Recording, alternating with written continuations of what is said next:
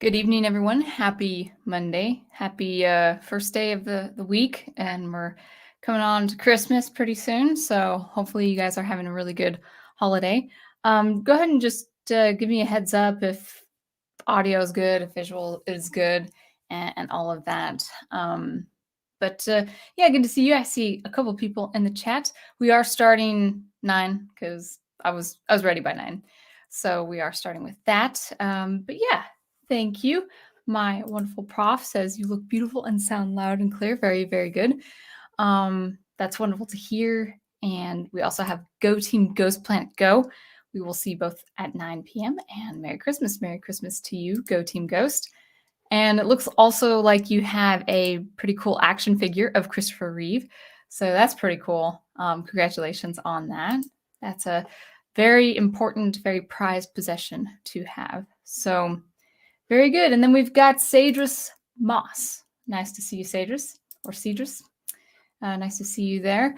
It's going to be a pretty, I would say, interesting topic, a little bit different than what I'm usually talking about. But, you know, it usually has always that link to art or what it means to be an artist. So we're just going to go ahead and take it away. I really wanted to talk about who your audience is. As an artist, as an aspiring artist, or as someone who's trying to grow their art business, or for me, it's growing my music business, and also in the way of writing. I'd like to one day garner some readership for my science fiction space opera in the future. Looking years down the road, but for now, as I'm producing original music, electronic music, eclectic electronic music, with some instrumental violin touches, of course. I always think, what it means to build an audience, and what it means to be organic, grow organically an audience that's really tailored to your art. How can you use your art to best serve a readership or listeners, a body of listeners? How can you use your art to best serve a group of people? What is it about your art that is tailored to a specific demographic? Now, the topic leading up to that point is actually rather different. It's a topic I really wanted to discuss for some time, and I'm going to give you a little bit of background experience in my life as well. But this has to do with the occupation, as it's called now, the role of influencer. The occupation and role of influencer, or influencer marketing. You might also notice that is I would say a term for that also is lifestyle branding, really, as it's really become in the last 10 or so years, maybe 10 to 20 years. So I'm going to talk about the culture, this phenomena that has been on the rise for the last 10 years, but I would say it is on a steady decline. The role of influencer and influencer marketing, and really the misconceptions of that kind of person or that kind of marketing, and really how to avoid it, how to avoid those social misconceptions of influencer. It's a term I really, really don't care for. I've never cared for, even though for a while I was following these people for a good chunk of time. So we'll get into that backstory just a little bit. Should be interesting. It's completely off the cuff, just something that's been on my mind for a long time, and how it would impact you as an artist trying to make a small business on their art, or just business in general. I do see Horizon Talker. Hello, wonderful to see you. I'm very glad that you did a video. Let's see. Oh, you did a video on the audience today as well. Oh, wow. It might be synchronous. I'm not sure. Maybe you were thinking the same thing. So you're asking, are influencers on the decline? We can only hope.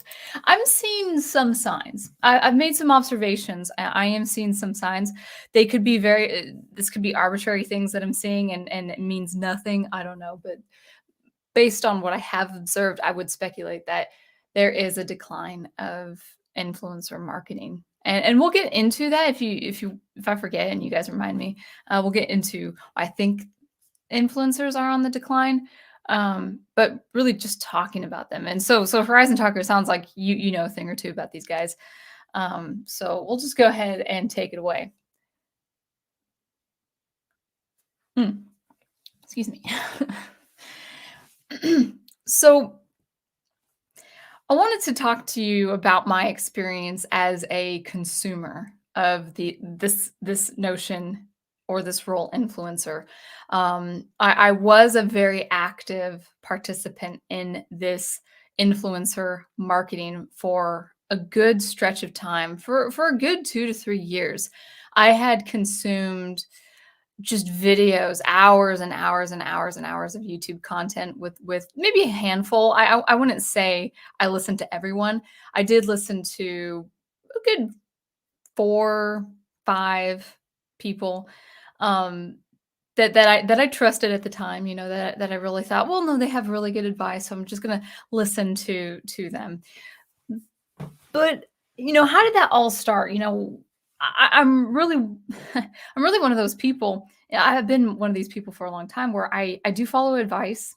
I do have um, I've had mentors in the past. I understand the role of mentorship and what it's like to have a mentor. What's it like, to be a mentee. I do feel it is important to have that kind of teacher apprentice relationships in your experiences, especially in real life, not so much with, media and YouTube. I would say more than just reading what these people have to say to you. Actually have a mentor. I've had a couple music mentors. I've had professors. I've had violin instructors that have taught me some very valuable lessons regarding music, regarding my specialty. And so I do believe in the importance of mentorship. I do believe in the importance of having role models to guide you, to train you, and to give you advice, proper advice, to give you wisdom as you go forward into your expertise or your art or your craftsmanship, whatever the case may be. I do believe in the importance of having a professional as a mentor, as a teacher. I'm a music teacher myself, so I'm fulfilling that role as passing passing along my expertise and experience. So that is important. So I've always been a person who's always taken in advice and appreciated the people that have come before me and their experience and expertise. But on this cultural phenomenon that is the influencer, that's really been about 10 years, really latching on to the medium of this platform, YouTube and all of that.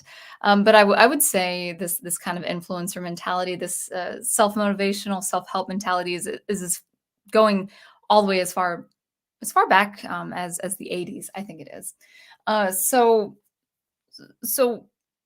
while I appreciated having mentors and teachers and instructors in my life, I never got into this self-help thing, which is in the Christian world especially. There's kind of there had been this baby boomer reaction to self-help doctrine or feel good doctrine and listening to pastors be more motivational speakers and actual God fearing God pushing them to, or I want to say God himself, but they did not push God's doctrine as much as they pushed affirmations, as much as they pushed feel good messages.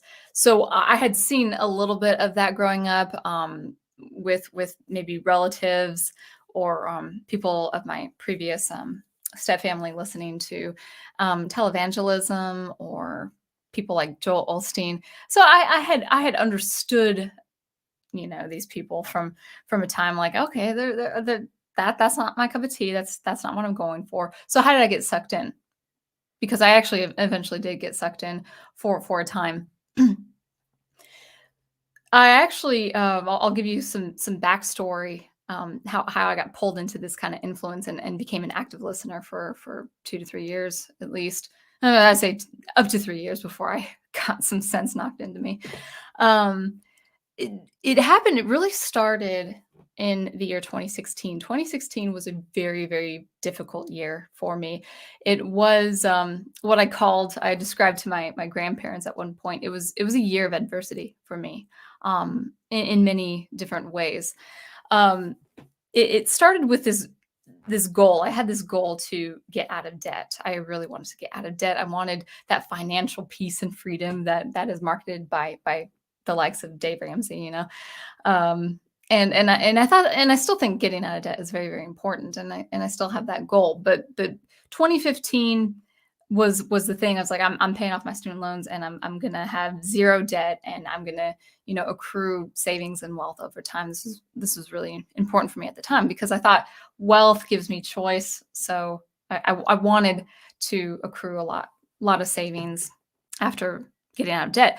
But I had a very comparably low income. That the highest income I've ever made in my life. I'm in my mid 30s now. Never exceeded 28,000 a year. So paying off debt with even that, which was really much more than I have made in recent years. That was really hard. That was a really difficult thing for me. But I was dogged. I said, this is a game. I'm going to pay off my interest. I'm going to get this debt down. I'm going to get these student loans down, get it all consolidated, and pay this off finally. And I'm going to be debt free. Yeah, I don't know, 2017. That was my goal. We're in 2021. I'm not even close. In retrospect, in hindsight, it's pretty interesting to think about. But I remember 2015 being that year. Like I'm gonna really you know fight tooth and nail to get debt free. Now it came about 2016. There was just a sequence of events that happened to me, that really put my spirit down. That really I really became down in the mouth for a long time. Not depressed, didn't face anything like a chronic illness of depression or anything, but I did feel really low. Um, Basically, in the span of 4 months, like it was the summer of 2016, I had, I lost a friendship that was kind of slash a breakup, which was really hard for me. And then right after that, it was like month to month, there was always there was one thing that happened every month. So after ending a relationship, I was broken into my apartment. My more valuable stuff was stolen, and then I fortunately got that recovered within a month or two. But my equipment was tarnished after that. My computer was tarnished after that, and I was still paying off a loan off of that particular machine. I lost about a month or so, maybe 2 months of composing of music on my machine, and then I recovered it, but decided to sell it and pay in cash the next machine I needed. I was like, okay, I'll do this again. Got the same kind of machine again, and not within a month after getting that new machine, I got broken into a second time. And this also happened around the time of getting my car rear-ended, and also facing some medical bills after passing out in a clinic. So it was a really, really hard summer. I was accruing a lot more debt because of all these events happening. And by the second time I was broken into, I mean, come on, like when you're broken into twice in one summer, you really feel violated. Like the first time you feel like you can, you know, chin up and say, okay, this is fine. The sheriff did his work, and everything's good. Like the second time, you really do feel vulnerable. So I accrued a lot of debt after having to repay things that were taken from me, even after they were long recovered. I think my second machine was recovered 5 or 6 months after it was stolen, which is great. Yeah, that's a rare thing to happen. But I had to work out some things with the pawn shop. I had to pay a fee to the pawn shop owner and claim my stuff. So all this stuff happened within the span of 4 months. It was a really, really difficult season for me.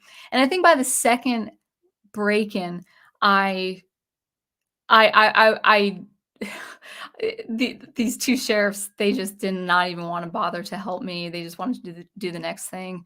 They were called to do something else, and they pretty much left me vulnerable. Like the window, wasn't taped up like the first sheriff and the first break-in. He was really nice. He made sure I was safe. He helped the window get all restored and made me feel safe. And the second time I was like, oh, like they did not care that I was feeling, violated and vulnerable and stuff like that.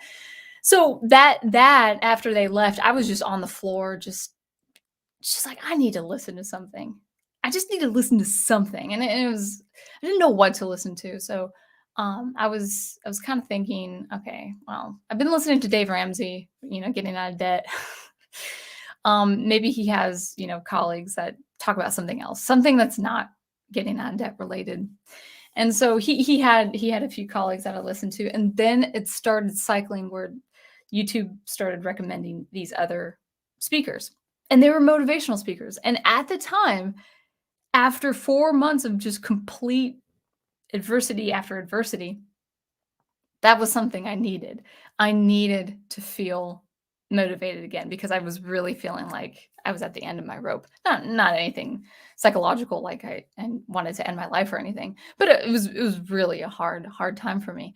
And so when I picked up my apartment, cleaned my apartment, listening to these different motivational speakers all the way back from the 80s to now, I was I was kind of it was becoming more and more cyclic. I'm like, oh, okay, I like these guys. I like what they're saying. Okay, I'm going to apply what they're saying.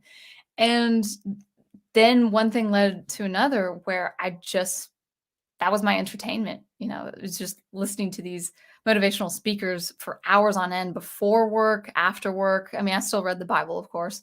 Still went to church. I was still functioned normally. Went to work, had lunch with friends and stuff like that. But as far as entertainment, I was just listening to all these different, speakers. And then about 2 years later, after I was applying everything what they were saying and practicing, I was already a musician. I knew the value of practicing and getting into that routine and applying myself to learning different things and applying myself to reading all this kind of nonfiction and all this literature. I started seeing, well, you know, I'm doing what they're telling me. I really don't need to listen to them anymore. So after about 2 to 3 years, it was really, I was like, okay, I'm done listening to their YouTube videos. I'm done listening to their commentary. I'm done purchasing their books. I don't need to listen to their audiobooks anymore. And then I was fine after that. After 2 to 3 years, I was like, yeah, I'm doing what they're saying. So I don't I don't need to listen to them anymore. And so it was it's been about 5 years now. 5 years since I listened to them pretty religiously. And the thing with these influencers that I had not picked up for the longest time is, I would say, a couple of things. The first thing is these guys, whether they know it or not, but they probably know it. These all these people, from the very famous ones that I don't listen to, like Oprah Winfrey, to the not so well, they're pretty well known now. Like Grant Cardone was a he's an influencer I listen to. I bought most of his books. I listen to him a lot. Very eccentric guy. Like he had motivations. I was just like, I don't think this is about me. I don't need to have it all. For instance, like he was like, I want it all. I'm like, yeah, that's your camp. I'm not really interested in that. And then I started hearing the language of these people. I was like, no, this is really about being billionaires. This is about being uber rich, uber wealthy. Now, I had no problem with wealth. I still have no problem with wealth. Wealth gives you the opportunity of being charitable. It gives you the opportunity of having, choices. It frees you up. It frees your time up. It'd be, wealth provides you to have that a lot of time for things that really matter to you, like, hobbies or even more important, family. So I'm not against wealth itself, but I didn't pick up on the language of these influencers until I started really studying their thumbnails and their titles and the title of their books and their bullet points. It's like, this is really about being billionaires. Like, this is about making a lot of money and that lifestyle branding that I would say might work for some people. It just didn't work for me. I don't need to have an extravagant life and kind of business. But I didn't really see that for the longest time. I didn't see it for the longest time for two or so years. I thought, oh, they're teaching me to be consistent with my practice or taking the smallest step. Um, but then it got into, oh, we got to find ways to make you a whole lot of money, and kind of like the really notorious televangelism, where it's like you can pay $15 and you're going to be healed within a week or something. It was that kind of spirit, that kind of mentality, that it's like, oh, you need to build your own empire. So that was one thing I started picking up with, the language of these influencers. It's like, you're going to be so successful and you're going to make such a ton of money by doing these simple steps. Now, a little bit of a sidebar. I don't have that, even though following their steps, or their steps, I mean, it was stuff I knew already to do, but it's like, no, I mean, I still make quite a meager income, and I don't have that influence and impact. And it is really like, oh, let's go ahead and write this book, this nonfiction book that I want you to buy and listen to and read and all of that. So there was that, them trying to get you to seek just immeasurable wealth, like the billionaires. How did Warren Buffett become so successful? How did Elon Musk become so successful? They did these things. It's like, well, yeah, you can do those things too and still not, you know, garner that kind of wealth. So that was one thing. The next thing I really picked up on their language. The next bit of language I picked up on, not for a couple of years, was this real narcissism. I think I said that word right. Narcissism. Thank you. The not so much they themselves, like at personality, they most likely aren't narcissists, but what they preach to you is a kind of narcissism. They teach you to be very, very self-absorbed. Now they'll use different ways of putting it. They'll put it in different ways. They'll say investment in yourself. Self-care. Self-care is a huge theme of these influencers. It's all about, you got to take care of yourself. It's not always about you taking care of your sick mother and she demanding you all her time. No, it's about you, and you need to pamper yourself and you need to treat yourself, and this kind of self-care, which really markets to people who live by themselves. I was single at the time when I listened to all these people, so it's like, well, I mean, that makes sense. I wasn't into that kind of thing. Like, oh, I don't need self-care. I'm not stressed. I don't have high levels of anxiety. As a single person, I'm pretty centered in what I do with my music and my teaching and my writing and all that. But that was a theme. That still is a theme among narcissists, or not them, but that narcissistic language of the influencers is like, oh, it's all about you taking care of yourself, and it's all about you prioritizing your needs above other needs. And they will say it. They'll dress it a little bit differently, but they will say those kinds of things. It's like, oh, why do you check your emails all the time? What are you doing? You're prioritizing their needs above your needs. It's like, well, maybe a need of yours is actually to, attend to a certain problem that maybe your colleague needs help with or something. It's not a bad thing to have that need to address problems that help other people. But that's that kind of language. So self-care, self-absorption is being self-absorbed like that. There was another one too. Yes, I just remembered. The language I actually mentally used for a long, long time before a phone conversation with my own mother. She helped me snap. She snapped me right out of it. She was actually, I was, I've been Christian all my life, but she is Christian now. She's Catholic now. But there was a period in her life where she wasn't, and it was at that time in our phone conversation. I was the Christian of the two, but she she actually used a Christian message to help me um, snap out of this kind of language. And what is this language? It's the language of fear. If you listen to these influencers, they will tell you that fear is your best friend, that you need to have fear, that you need to embrace fear for you to understand what you need to do next. Now, fear, at least in the Christian walk, is something that you should be dissuaded from, that you should avoid, that you should actively pray to conquer. Yeah. And by the Holy Spirit is you got to conquer fear, and you cannot live in fear. The famous verse in the Bible is not to live in a spirit of fear, but have a sound mind. You're supposed to have a sound mind in the Christian walk. Now, I would say that this extends to people who aren't Christians.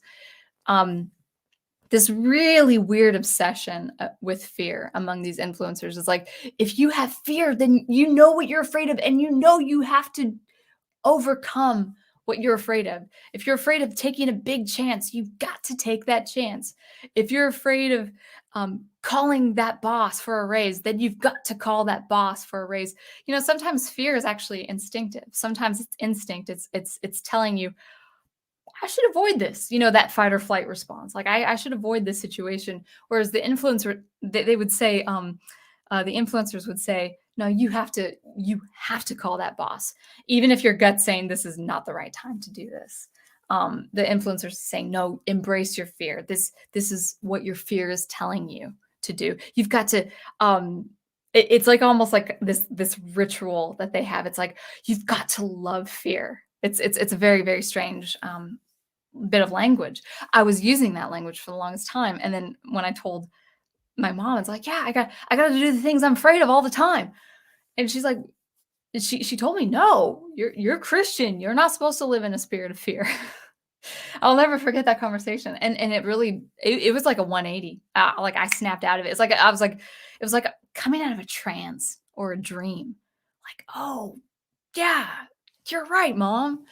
And so that kind of language, so being self-absorbed with self-care and living in a spirit of fear, because the fear is going to tell you what to do, and the fear is going to tell you how to be successful. It's like you do not be successful by being in this constant perpetual state of fear. Now, fear, I want to be careful, is not the same as nerves. So like maybe I'll have like a real big performance. I got a performance coming up this weekend. And I feel prepared, but it's been a while since I've been in an ensemble. I'm gonna arrive just for the dress rehearsal before the performance. So I've got nerves, but it's not like, oh, I have to have this fear. Because if I had this fear, if it will mean that I'm gonna be centered in doing it anyway. If I don't have this fear, something's wrong with me. I'm gonna fail if I don't have this fear. No, you gotta distinguish fear from just natural nerves of something. So anyway, so I got out of this kind of cycle of listening to these people, and I'd love to hear your thoughts, or maybe I'll think of other things that I had um, run into as that kind of constant consumer. Um, yeah, I think I lost my train of thought. But yeah, I was with this reading and listening to these influencers. I thought I'd have to change the world. I thought I would have to change the world with my music or with my writing. And now that I have actually put into practice music, releasing music, writing frequently, and all that, I realize that success of this kind of work, this kind of art, really is unique to the individual. These influencers will say that you will have massive success if you do XYZ, but they don't factor in a couple of things. The first big, big, big thing they do not factor, they will never ever tell you because it would destroy their business, is luck. They never factor in luck when it comes to massive success. So they'll quote people like J.K. Rowling, or they'll quote people like Oprah Winfrey, but you can do everything that Oprah does you will never accrue, or it's not an impossibility, but it's highly improbable that you would ever accrue her amount of wealth or her amount of influence. This, I'm not saying she didn't work for what she did, and then she became a TV personality and all that. So she worked hard initially, but then some luck just happened. You know, there are people who probably think the same way as Elon Musk.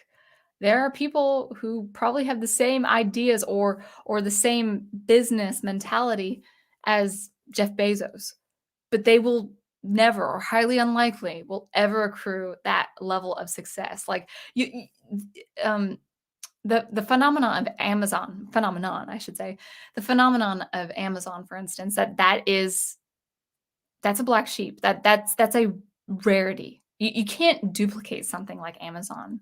You can't duplicate something like Harry Potter. You can be inspired by something like Harry Potter and do your own thing, and maybe you can actually become successful in a different way. But you can't copy something like Harry Potter. You really can't copy something like Lord of the Rings. Now, I'm not saying that as a matter of discouragement, but to keep a realistic mind. That's the other thing that the influencers really dissuade you from thinking, is to be realistic. You can have very big goals and try to work to achieve those goals, but you also have to be pragmatic. You also have to be realistic. They tell you to think unrealistically. They kind of tell you to think in a rather perpetually feverish way. Like, I've got to do this all the time, and this is how you avoid burnout. I'm like, I know how you avoid burnout. Don't do the things that they tell you how to do. It's like, you gotta take massive action. You gotta do it 10 times more every day. And sometimes it's just not that, you know. So that's one thing that they don't factor in is luck. Is things like Amazon, things like Harry Potter, these things cannot be replicated. They simply just can't, based on media, based on consumer attention span, based on accessibility, based on optionality. You highly unlikely will be the next Jeff Bezos, but these influencers tell you that you can be exactly like Oprah or exactly like Bezos and all of that. So I would say, be careful there. The other thing that they don't factor in is your vocation. So someone someone like an influencer can actually influence a lot of people because the topic of influencer is so popular. It's so entertaining. Whether you guys agree that it's entertaining or not, people soak it up. Or nah, I'm gonna say they don't as much as they did before, and we can get into that a little bit later. But I remember seeing this video, like YouTube influencers, for instance, that talk about using YouTube as a platform. They'll say things like, "This is what you need to do to get from 0 to 1,000 subscribers," and then it's like, well, I do that. You know why I didn't get from 0 to 1,000 in such a short time like you did? It's because people would rather listen. It's just nature. Like, people are more interested in hearing how to grow their YouTube channel than they are to listening to SuperCollider. It's just the topic. It's just the matter of interest. So it's vocation, and it's also the matter of interest. Is the interest there? If my vocation as an eclectic electronic music composer is just not as high, it's not if it's for sure not as high of an interest as something like how to grow your YouTube channel. It's just fine. I'm not going to get the views. I'm not going to get the subscribers, and that's okay. But the influencers will not tell you that. They will not tell you, oh, that's a very unusual vocation you have there. But don't worry, you'll still have the same audience as I have because you're following these steps I'm telling you. So all these different factors. So I said luck, I said vocation, and I say interest. Those things factor in your audience, the success and growth of your audience. So I'll just wrap it up with this. Um, I want to bring it to the table to you, to the artist, uh, just the idea of thinking realistically and thinking with pragmatism, being practical with who your audience is. Chances are for me, I will never have a rather large audience. Comparably, I just with the music that I love to listen to, the music I love to produce, it just doesn't have the audience as, you know, like, a pop artist would have. It's just a matter of attention. It's just a matter of interest, and I'm okay with that. I'm very content to have a very small devoted audience to my music. I like that intimacy. I like the idea of a small audience that I can, converse with. And have a conversation. And so all in all, I'm very glad that I snapped out of that massive success mentality a few years back. Probably about it's be close to 5 years now. I was just turning 30. Yeah, I was about 30 when I 30 or 31. I think it was 31 when I said, I'm good. I don't need to listen to these people anymore. And so with that, continuing to practice and continuing to apply what they told me to do. It's not like I didn't apply what they said. I thought, I'm okay with just having a very specific audience, a very specific audience that likes that kind of music, that likes that kind of writing, for instance, or that likes that kind of commentary. And I don't need to have a a massive audience. I don't need to have 100,000 people. I don't need to have 10,000 people. Be great to get to that number. That'd be kind of nice. But just being content with people who would be devoted to that art. And I'd rather have the quality than the quantity. So 1,000 people devoted to seeking out my music and listening to my music and um, reading, 1,000 readers or something like that would read my stuff or listen to my music, then a kind of a nebulous sea of people that maybe my stories are picked up, you know, 12 or 13 times. It's not the quantity in that case, it is the quality. So that's what I want to bring to you guys, to the audience, is to really be content with having a reasonable audience, a realistic audience. Um, so let me get back into the chat. That's what I wanted to talk about, and then we'll talk about things, similar things, or if I think of something else on this topic, I'll bring it up as well. So,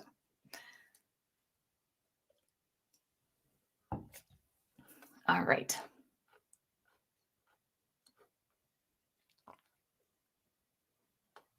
Oh man, 3 in the morning. All right, so I started at 9. So you're probably in the Western Europe or West Africa, or the continent of Africa.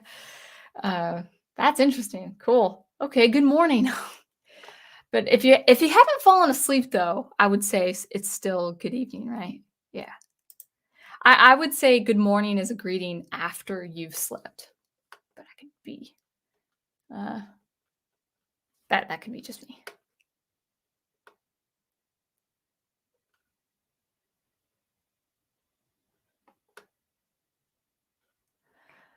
Daniel's here. Oh yeah. Oh yeah. Yeah, yeah. Daniel, you just got back from Boston. Dead tired. Catch the replay tomorrow. Okay, I'll see you then. I'll see you on the replay. This is the replay right now. Yeah, where did you go? Didn't you go? I think you were telling the professor that you went to Sleepy Hollow, or where all the stories take place. That's cool. That's If you did, I hope you had a fun time.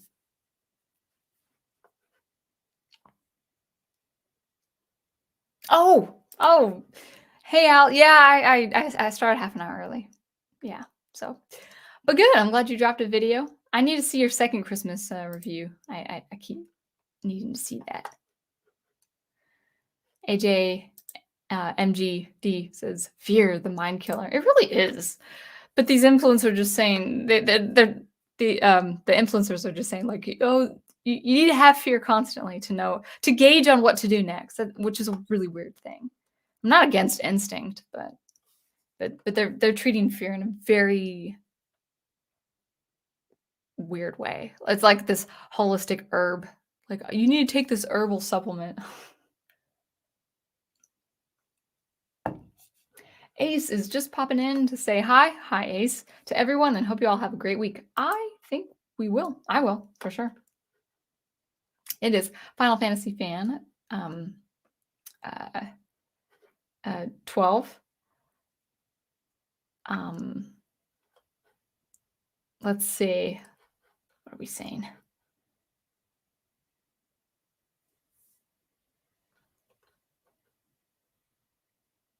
Yeah. I like let me bring up Ghost Team Ghost. We both believe in hard work and no shortcuts. Yeah.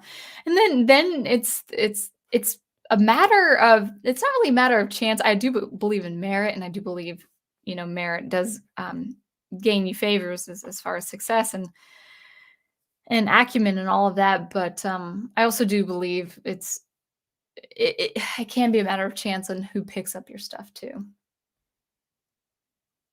Um,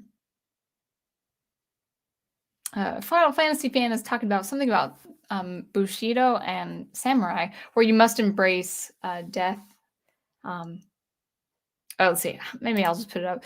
That sounds like the stupidest way. Bushido. I don't know. I'm not endorsing this comment because I really don't know the nature of these terms. Instead of the way of the samurai, where you must embrace death. It's cowardly. Is this a kind of in relation to talking about fear? Yeah. I'm not saying like avoid fear like the plague. Like if you have to overcome something, that's not what I'm suggesting. It's just you can't seek fear. I think it's a seeking the fear that these people are trying to tell you to do. Horizon Talker says these billionaire influencers sound a lot like the Alpha Sigma male lifestyle peddlers. A lot of what they talk feels more like self-perpetuating waffle over real advice. It's absolutely true. Now, just for fun, I did after 5 years of not listening to these people. I did actually about an hour before the stream started. I went on a couple of these videos. 5 years later, they're saying the same stuff. Now, actually, I will say this.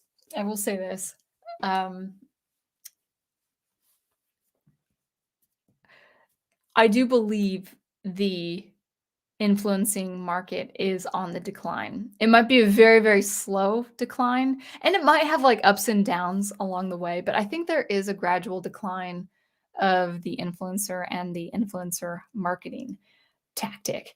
And I think the number one thing that really showed this to me was the pandemic. When the pandemic hit, something happened to the influencers. A lot of people started reserving and conserving.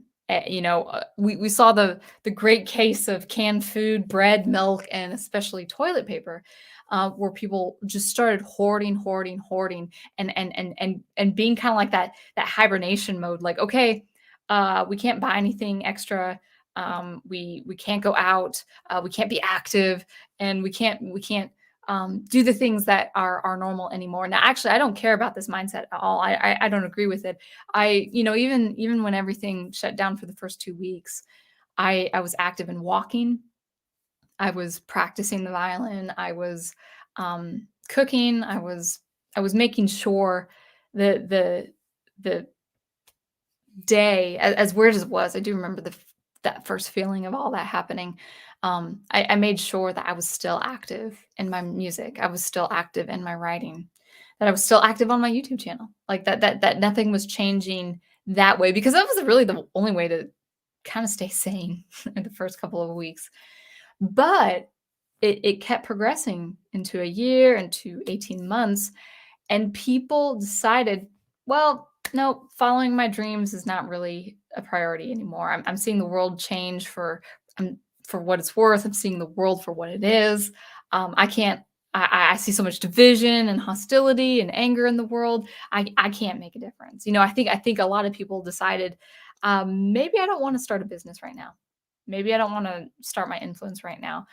And what I had seen, because I actually had looked at the numbers, that the influencers' channels, while their subscriber count went up, and that could be just due to algorithm. I mean, and by a lot. I mean, I'm talking about the subscriber count going quite high. It was a substantial growth with these different influencers. While I saw their subscriber count go up, I saw views just plummet, and I saw comments just plummet. Like the amount of activity and engagement on these videos, on these very specific videos with these very specific people, it had changed for the worst on their channels. And then there's this. I'm not really faulting her, but there's this one girl I listened to, and she started talking about how views aren't what's important. It's about getting your core audience and stuff. And I think I agreed with her actually, but I think it was a way of kind of coping with the lost views. I'll give you some perspective. Some of these channels um, are between 500,000 and 3 million subscribers. And I have seen some videos of these channels have the same viewership, if not less, than Professor Geek. So you want to compare at the very bare minimum 500,000 subscribers with the same viewership as Professor Geek. They're 100 times, as far as subscribers is concerned, over 100 times the subscriber count, but with the same viewership, if not fewer viewers, I mean to say, than someone like Professor Geek or someone like David Stewart. That's interesting. That's pretty interesting. Now, I do see an incline. I do see now that we're into the second year, they're gaining their followers again.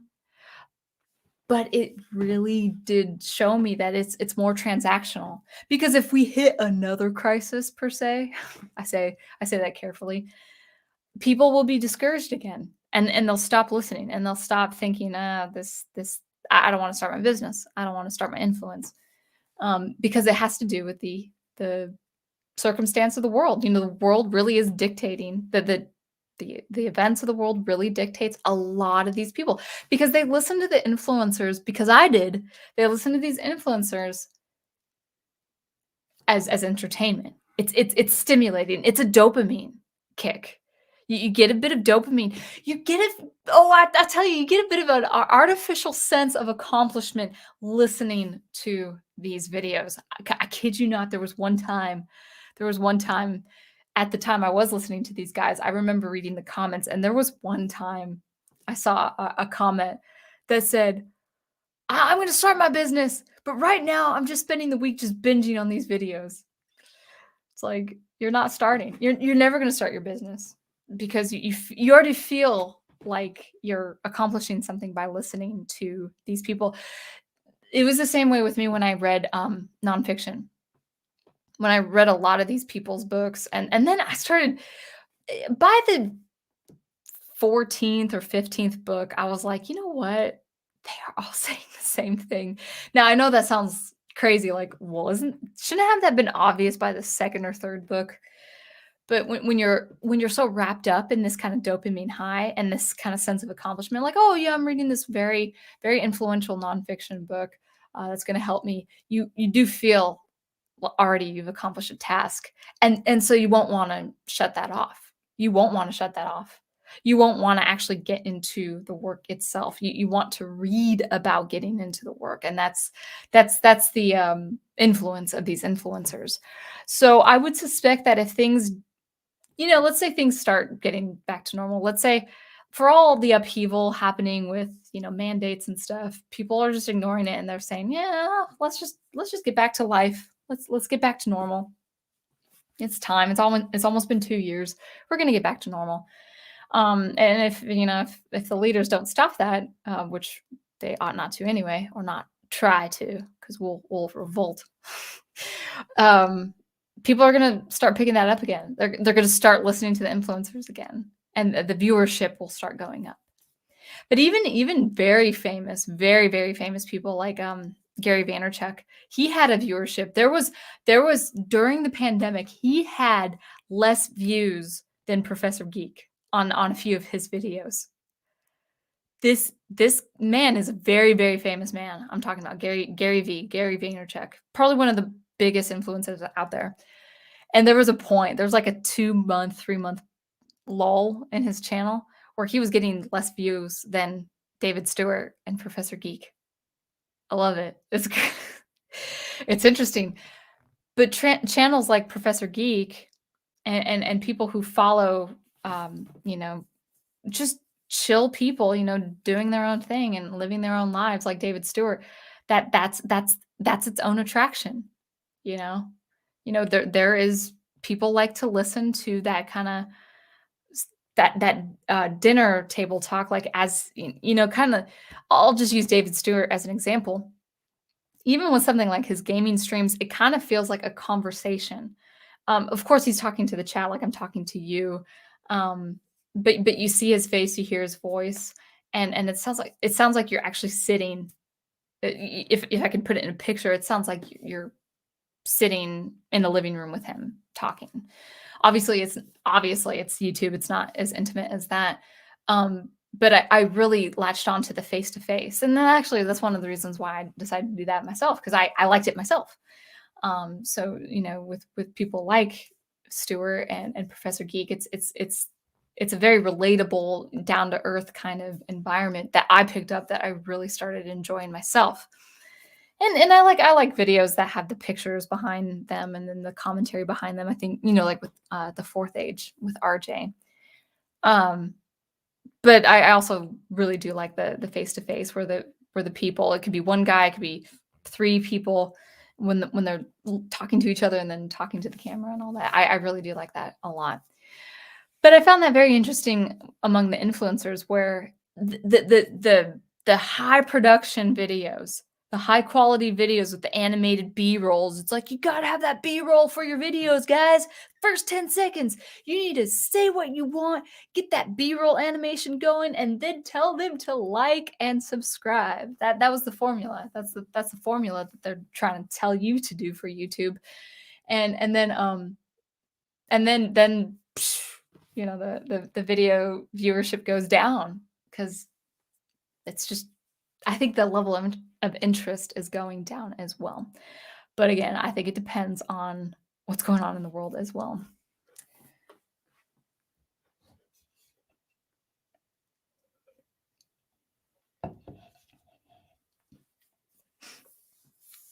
AJ says, there's actually a mechanistic grind, I think that's how you pronounce it, mechanistic grind enactable on some of these things like YouTube views, success on other platforms, feeding algorithms, clickbait, etc. Yeah. Yeah, actually, some of these people will tell you how to do YouTube thumbnails, how to do YouTube titles, how to do YouTube keywords. And I just decided, you know what, I'm just going to do what looks most sincere, And they say, oh, be authentic. I'm like, yeah, I will be authentic by not doing what you guys recommend, because that's not authentic to me. So yeah, definitely clickbait. Yeah, I mean, I think I've tried as a test on a couple of my videos, try to do words that are really, should pull people in. Well, one of my streams that was more successful than most of my streams was when I was doing that reaction that my school had to social issues.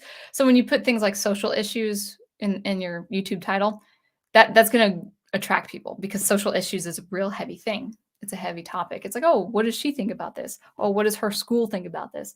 So yeah, I mean, I'm not one to shy away from getting the most views, and if it's a keyword I think could really get that attention, I'll use it. And I think that's already authentic to me. Like, I would like the most views as possible. Now, as far as grifting and doing controversial topics because everyone else is doing it. No, no. And actually, that's Professor Geek too. He talks about whatever he posts on his YouTube channel is is what he already wants to talk about. He's never felt obliged to talk about the most confrontational thing or the most controversial thing or the hot topic of the week. The reason why he did Masters of the Universe Revelation is he loves He-Man. He-Man is very, very important to him. If it was a franchise that was not so important, I think like for instance, Terminator Dark Fate. I have not heard my prof talk about Terminator like he does Ghostbusters or He-Man or Superman or something like that. So I don't remember him talking about that at all, even though it was a very big topic. Game of Thrones. He was never into Game of Thrones. And when season 8 happened, oh yeah, that was a huge thing of news for the geek world. But he had no interest in Game of Thrones, so he wasn't going to think about, you know, posting the videos on that just to get more views. So yeah, but yeah, clickbait. I don't like the motive behind clickbait either. So I'll try to have a title that brings in the views as much as I can. The most effective title is important to me, but clickbait is not. You know, I talked about the firing of Gina Carano because there were some really important things to talk about there. I had a picture of her. I had a title on the thumbnail with her picture on it, and then I put her name on the title, and yeah, it attracted a lot of people. A picture of Ahsoka Tano and what I had to say about her attracted a lot of people, attracted a lot of angry people too. They were not happy with my take, but I'm not shy about doing that either.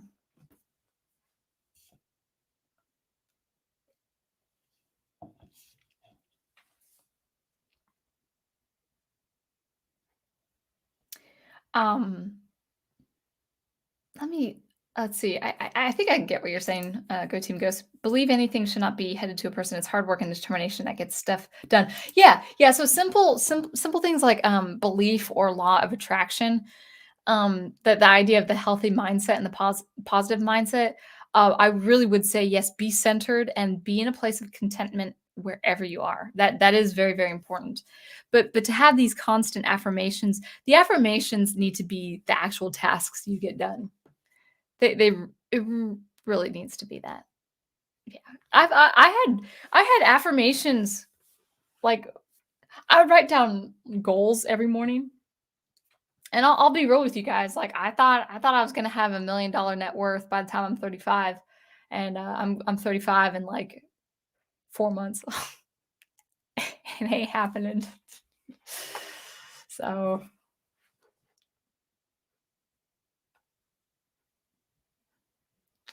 let's see.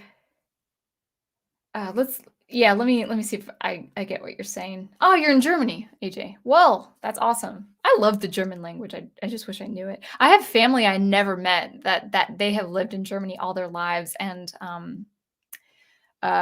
who is he? He's my okay, let's see. He is my grandfather's brother, so my great uncle son. So I'm their second cousin, I think.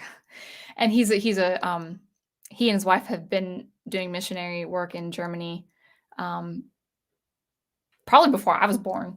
And so he speaks fluent German. Well, actually, the whole family speaks fluent German and English.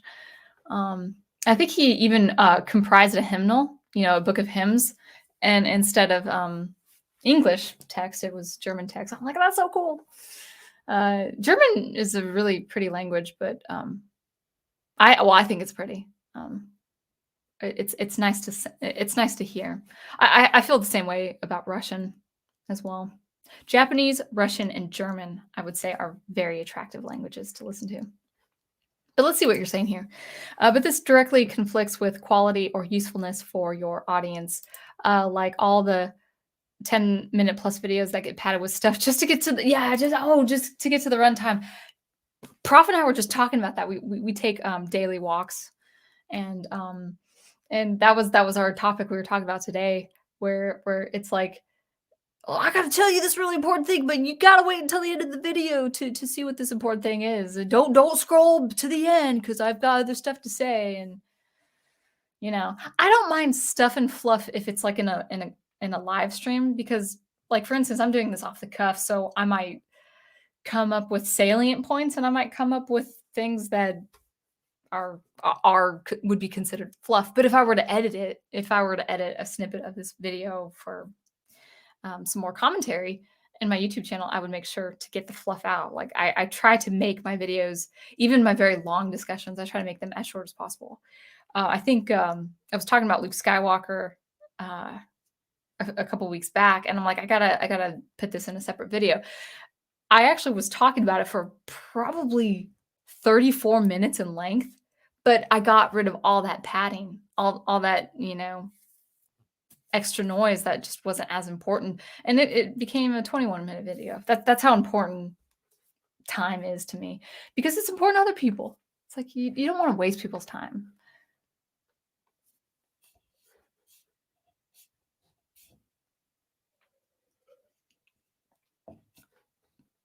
Oh yeah, a go team. I think yeah, I was realizing them as Japanese terms, but yeah,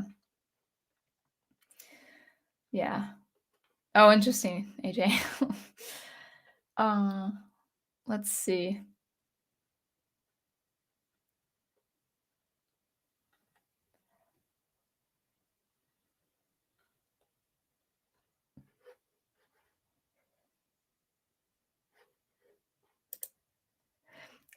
The same following as me. I guess it's time to launch my 12-step program on how to gain an amazing top-tier girlfriend. Act now for the one-time low price of $199.99. Yeah, I know. It's like you'll get this amazing hot wife if you do these 12 steps. It's like that is all chance, guys. It's all chance. It has to do with personality. It has to do with investment. Well, actually, here's the thing though. I do think Professor Geek could write a manual. He probably could sell it too for like $4 or $5 on all the amazing things he does for me. Which is why I'm staying as his girlfriend. Might manifest into something else later, but keeping that on the down low. But yeah, like you actually do have really good advice to give to men who would like to have a girlfriend of top tier quality. All right. And then Margot says, "You're adorable, 90s girl vibe." I'm a 90s girl. Well, wait. Does that mean like I look like a 90s girl teenager?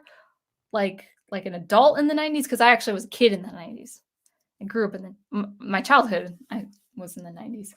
But thank you. Thank you. I appreciate that.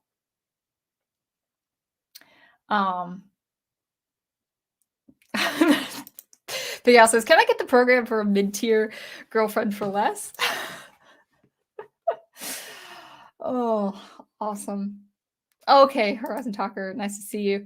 Work's getting me up early these days. I'll finish out the replay tomorrow. Well, I will see you on the replay as well. Peace out, chat and Sound Engraver. Nice to see you. AJ says, "What do you think about influencer material where you can practically feel being pulled through the sales funnel?" Oh my gosh. But they really try hard to give you some usefulness and value at the same time. Okay, let's actually let's have an exercise with this. Okay, so I get what you mean, AJ. So let's say you see an influencer, and I know they're out there, and I know some of these people are well-meaning. I know they are well-meaning. I can tell that some of them. I'm not saying all of them. I'm really not saying all of them. I would say some of them would want your best. They would want your best interest in mind. They have your best interest in mind. But they also have a purpose. They have a means to an end, or they have an end in mind, an end goal in mind. They always have an end goal in mind. Always remember that. And that's nothing bad. I have an end goal in mind when I produce music and I promote my stuff on YouTube. That's just how it is. But if you feel like they're selling you something, like you feel like you're being sold to, um, definitely consider this. I I think there can be a healthy perspective on sales. For instance, if you believe someone is selling you an item that you really do need or feel is good to have, like this is it. This would be worth the $200. This would be worth the, $39 or whatever. I need to have this. And someone's selling that to you.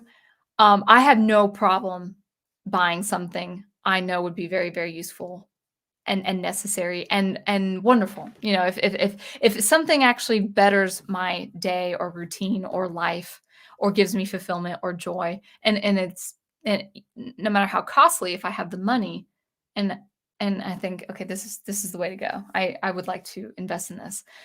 Um, then that's one thing. If you feel that that influencer knows your needs and says, "This is the price, have at it." I don't have a problem with that. That's not a bad influencer because they know the worth of the product and they know that they can better your day or routine with that product. Here's where I think the salesmanship gets out of line. It's when they say the same stuff over and over and over again and package it in a different way and then would sell you that different package of the same thing. For instance, I was telling the prof this. My sister, even more than me, she reads a lot more than me. I need to get back to reading nonfiction, especially. But I'm enjoying my fiction stage. Um, my sister reads a lot, but she read a lot in our 20s. We're both twins, and she would just always be reading. I'd be listening to music or something, and she'd be reading in her room, I'd be reading in my room, and she would read a lot more nonfiction than I did. She was actually in the Cutco business at the time. She would sell cutlery, and she wanted to be a salesperson. She really loved the knives and the cutlery she sold, but she got out of that sales uh, vocation, and tried her hand in different ways, and it just didn't work. But that sales vocation did give her a lot of literature to read. And so she would read a lot of these different people, including these influencers. And one in particular, and he's pretty famous. His name is John C. Maxwell. And there was a point in her reading his literature. It's not that she read everything in a row. Like she didn't read all his books in a row. She would just come back to his books. And there was a point by the third, fourth book, by the fourth book of his that she read, she just kind of cast it aside, like she just tossed it on the bed, and she told me, this man says the same thing in every book, but in different ways. He packages his bullet points in different ways. He really, most of his books, like I think he sold over 100 books, and she's read 4 or 5 of them, and his formula or his format of his text, because I've read a book or 2 of his too, would be bullet points and then kind of cushion it with some insight or input or whatever. But the bullet points, out of 100 books he sold with the same bullet points or more or less the same in a different packaging with a different book cover and a different title, that's when you should know that that is a kind of grifting. It's a kind of, I'm going to sell the same product, but just package it differently. That's what I don't care for. Now, if you had 5 books of different topics or different insight or different techniques, like let's say a book is on one technique, another book is on this sales technique. Let's say this book is a biography or something like that. Well, that's very different then, because the writing would have to be different. The packaging would have to be different. And so you can sell 5 different books for different prices depending on its value. But don't sell 110 books saying the same message and package it in a different book cover. That's very unfair. That's very very insincere. And so that was her experience with that kind of salesmanship. So I'm actually not against salesmanship.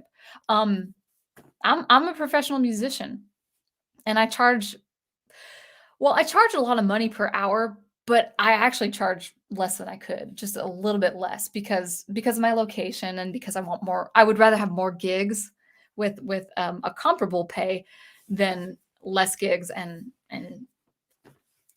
have a much better pay.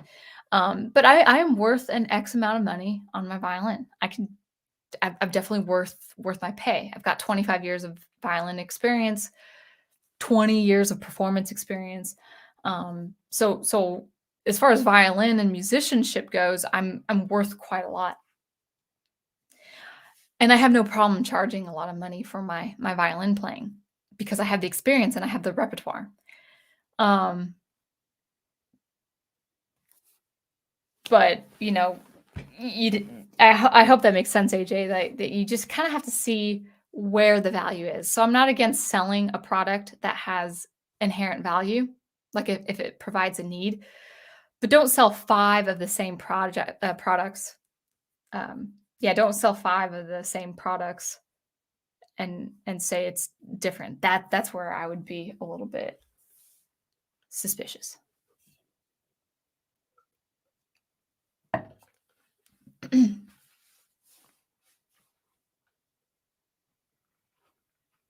Oh, you actually touched on it with an example. Okay, like podcasts with ads, but also amazing guests, books with a price, but also otherwise unattainable. Excuse me, books with a price, but also otherwise unattainable, unique views. Well, I'm not sure. Um, there's this YouTube channel I follow and they have a premium podcast that are that's membership only, and they put out a lot of content, a lot of very educational, insightful content that I would love to listen to, but I just don't have the budget to be a member of their of that group. So I just listen to what they offer on YouTube, the free stuff. Now, do I hold it against them for holding very special products for their members? Absolutely not. If what they provide is worth the membership, I'm fine with that. So I don't mind them kind of cutting out a snippet of like a podcast, for instance, and saying, "Hey, if you want to hear the whole thing, you need to, you know, become a member." I have no problem with that at all. Um, and if the ads are clean looking, if there's like yeah, if advertising looks clean and marketable and all that, I have no problem with that. So hopefully that makes sense. All right.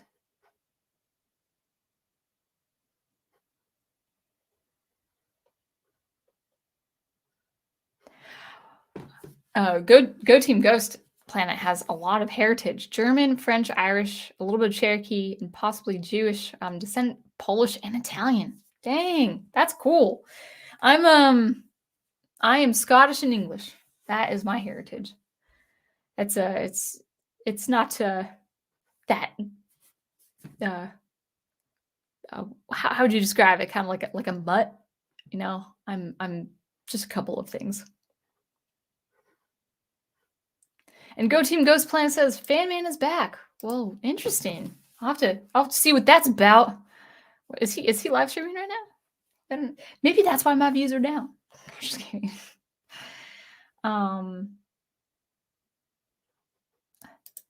Hey man, if you're German, that's pretty cool. Don't be ashamed of being German. Descendant of boring people, I guess. Yeah, I would.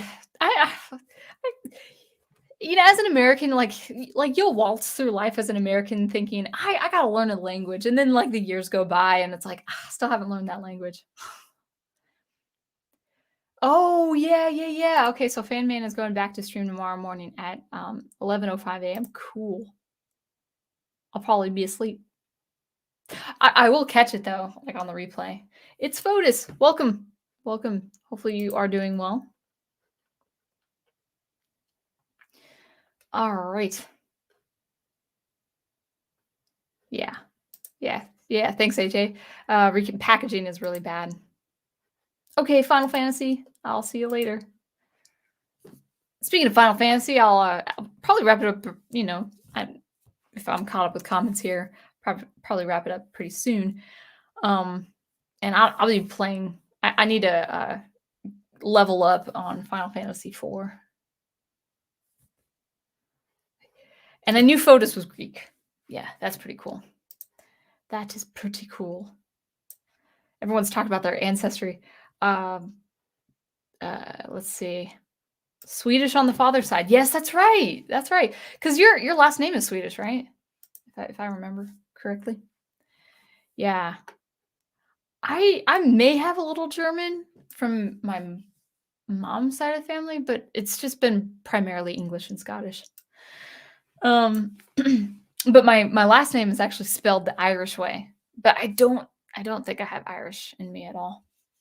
It'd be quite nice. No, that's not an Irish accent. I could. No, I'm under pressure now. I can't do the Irish accent. But Prof has heard my Irish accent. He knows I can do it. I just can't do it under pressure right now. So anyway, I think I'm caught up with. Am I caught up with chat? Yeah, I think I'm caught up with chat. So yeah, that's what I wanted to talk about. Is just having your just kind of an understanding of who your audience is. So I compose electric music. I compose. Let me start that again. I compose electronic music, and it's a bit eclectic right now, and it'll be eclectic for a few albums in the future, and then I'd like to dabble in different genres. Like one of my favorite genres is uplifting trance. I don't like all uplifting trance. I don't care for vocals in uplifting trance. I just like the instrumental. But I don't know why. I've always had just like an affinity toward uplifting trance. It's a genre I'd love to see if I can compose and get that instrumentation right and all of that. And then also more experimental electronic music with down tempo or something like ambient music. People ask me if I do lo-fi. I get the appeal. It's not my favorite, so I probably won't work in it myself. But yeah, AJ says dark synthwave. Yeah, I do like dark synthwave. Yeah, maybe if I was a Sith Lord, that'd be my name, Darth Synth. I don't know where that came from. So yeah, what am I saying?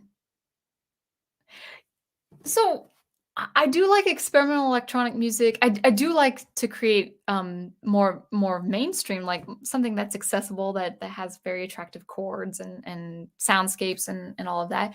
But I understand that genre is just not really just doesn't have a big audience, and that's fine.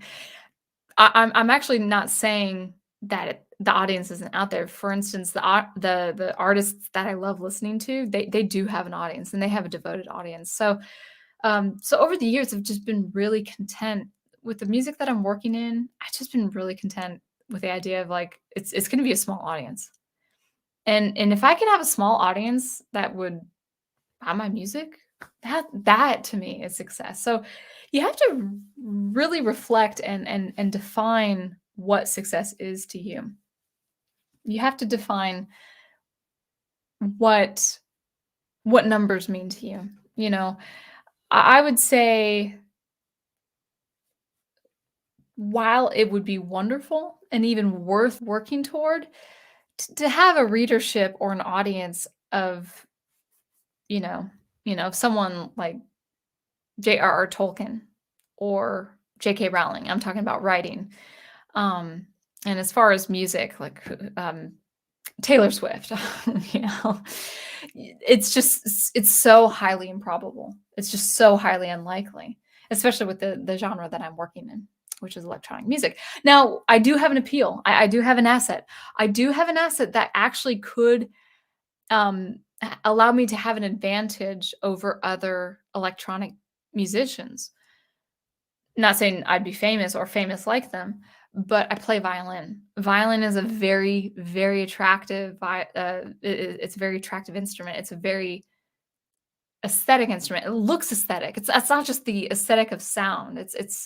It looks nice. It looks nice by itself without someone holding it. But then when a person holds it, there's something very attractive about the violin, the sound of the violin and the look of the violin. So already, because of that, because of my experience, I do have an advantage as an electronic musician. And I should say, I want to be careful when I say electronic musician. I work in electronic music, but I'm not a that's my instrument in a fixed way, but it's not an instrument in, like a live performance way. I've dabbled in the idea of doing live SuperCollider, but it's just I'm slowly becoming more and more content with just using SuperCollider as the means of producing really, really nice sounds and trajectories, and then putting it in a fixed media like a recording in SuperCollider. Also, an advantage I know I will have in the future with electronic music is I really do value the importance of melody. So not just nice sounds or interesting rhythm, which is very, very, very important in electronic music, but melody is a lost art. It really is a lost art in today's music. And then I would say in electronic music, like something like uplifting trance, it's meant to have melody. Now, it's very attractive without melodies, but it's meant to have melodies. And I don't really hear melodies. I don't hear melodies in a lot of electronic music. I hear mood, I hear atmosphere, and that's very, very important, but I don't hear melody. And so I'm working toward producing electronic music that has melody, where melody is integral to that genre.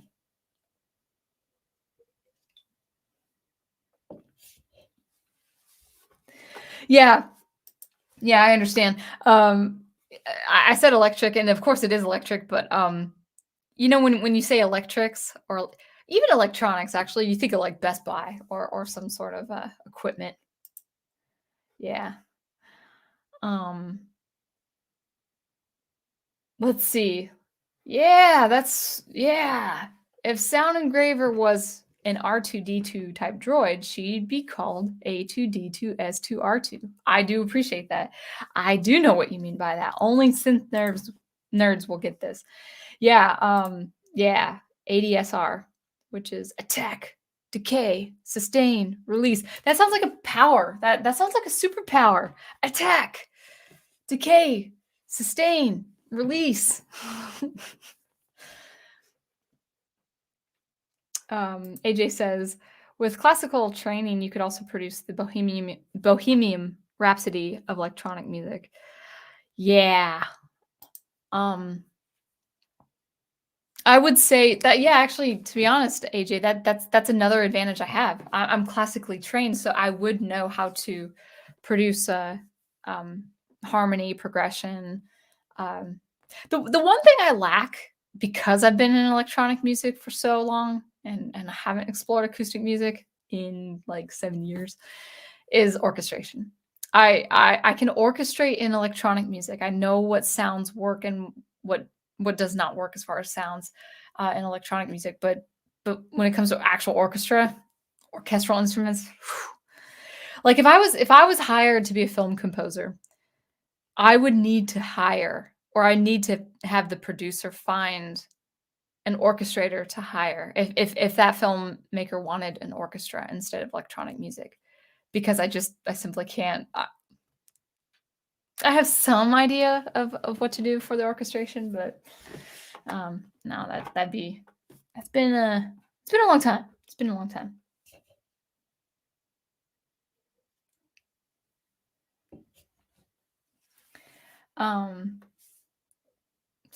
Let's see.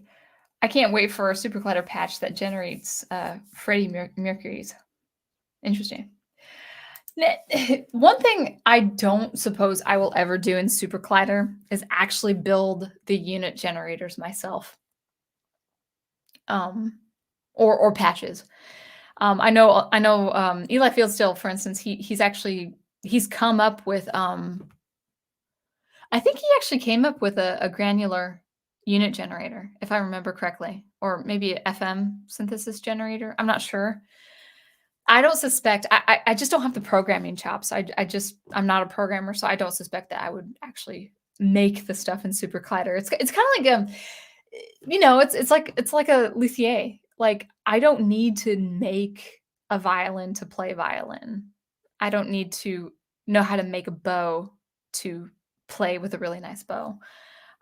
So I do use the instrument of SuperCollider like as it's built. And to be honest, I'm at the mercy of the people who control the open source, So if they decide never to expand on that, and I'm at that point where I could expand on that, yeah, that'd be rough. But thankfully, Eli Fieldsteel is out there somewhere, probably just doing some pretty awesome patches himself. It's Wolfton! Welcome. I'm late. Oh, hey there, Sound Engraver. Hey there. I started at 9 too. I started kind of early. And I'm already at the 90-minute mark almost. Let's see. Yeah, we could talk about sound synthesis if you guys want. AJ, are you a sound engineer, or are you a composer, electronic musician? I forgot what you did. If you're in Germany, chances are you do some electronic music. Let's see. Fotis says, when it comes to orchestration help, you should join a Q&A with orchestrator Penka Kuneva. Oh, Kuneva, is that how you pronounce her surname? She's awesome. That sounds familiar. Now, did the Video Game Music Academy have her as a guest? That name sounds really familiar. That's cool. Yeah. Yeah, I really don't know if I would ever compose for video games. Not that I don't want to. Not that I would never jump at the opportunity. It's just because I'm just so interested right now at this time of my life, just to produce original music. And people could say, well, you could produce original game music. And that's true. But I actually just like producing music just to sell as a CD. But I still have interest in the way how gaming music works. And why is her name escaping me? Who's the famous girl with the book on how to compose? I follow her on Twitter too, and I see her all the time on Twitter. Winifred Phillips, is that her name? She has that book I'd be probably interested in getting at another time. Let's see. Granular synthesis is beautiful, but so hard to master, not to mention code it from scratch. Now, as far as coding it, well, I can only speak for SuperCollider. Granular synthesis really has to do with the parameters of the audio file. So if you understand the grain sample, the rate, oh man, the grain duration, the frame, playback rate. It has been a while since I've been in granular synthesis, so I'm kind of thinking off the top of my head. Once you know those parameters, though, and you have kind of a formula for your synth definitions or synth defs, it's not too hard to extract some pretty interesting granular synthesis sound. I love granular synthesis.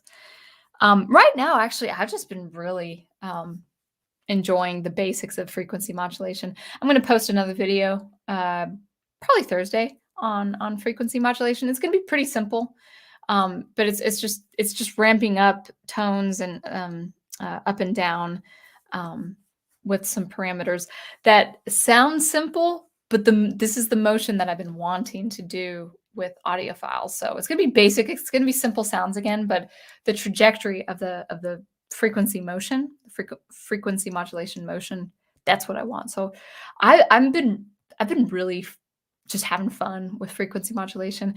Once I tap into the audio files with FM, then I'm going to start doing actual synthesis and generating complex tones with additive synthesis.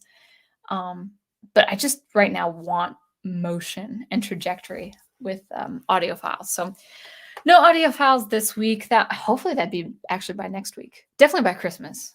So I'm just going to be in FM for the remainder of the month of December in SuperCollider. It feels so good to get back into the basics. No matter what you're doing, like go back to the basics, you know. Yeah, 2021 was a terrible year for SuperCollider for me. So I've just spent I've spent November and now into December back in the basics, and it's been really so beneficial to get back into the basics.